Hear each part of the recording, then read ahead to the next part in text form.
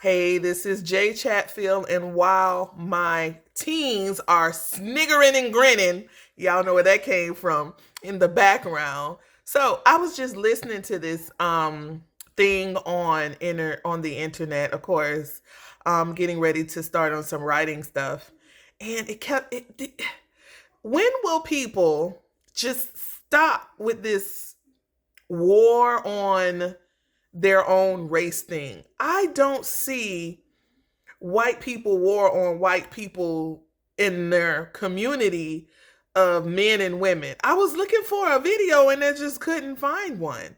And it's just all these videos about black women and black men. I don't know who those are because I always say I'm indigenous. Call it what you want, that's for you, but I know I'm indigenous and I have proof. So, it's always these melanated people that keep saying that there's some type of war, gender war, right? If you don't have your attention on a thing, that thing will not grow. It won't even be present in your life. Did you guys know that? This particular video, this woman was saying that she needed a man with certain standards or whatever, and she named it.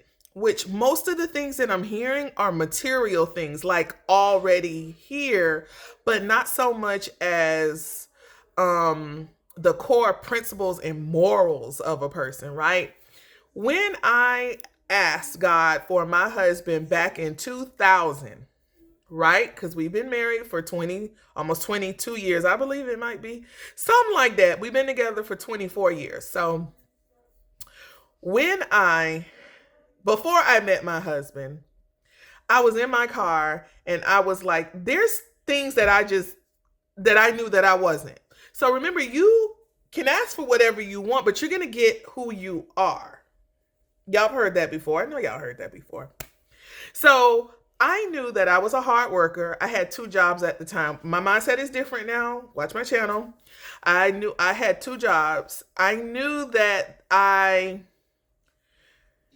um I was a provider, and you didn't have to get me up to work. Like I just knew that I'm a go-getter, right?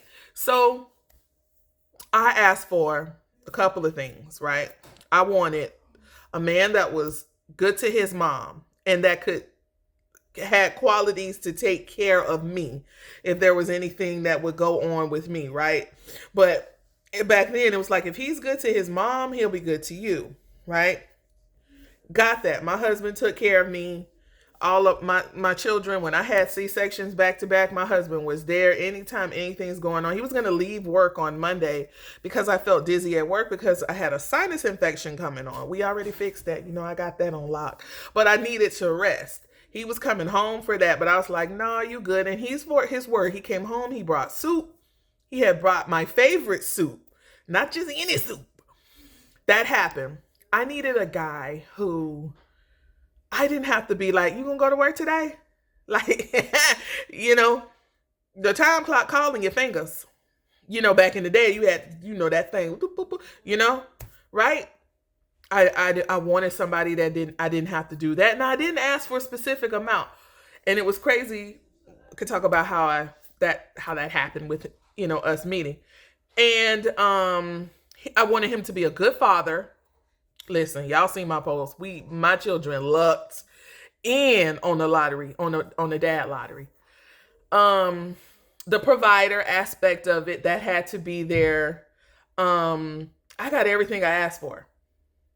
Like everything I asked for, but I did get married at 22 years old and we grew to where we are today. It's different for women who get with someone at a certain age, right?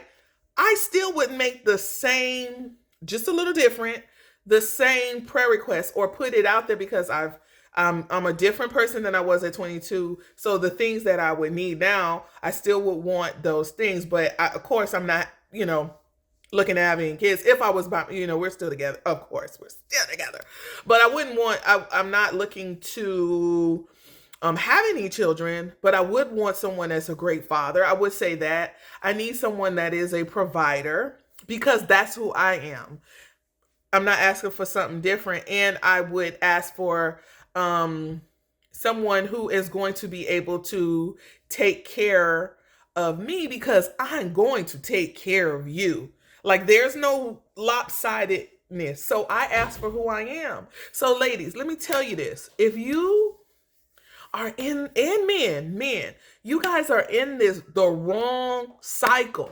Get out of the cycle of saying that there's some type of gender war.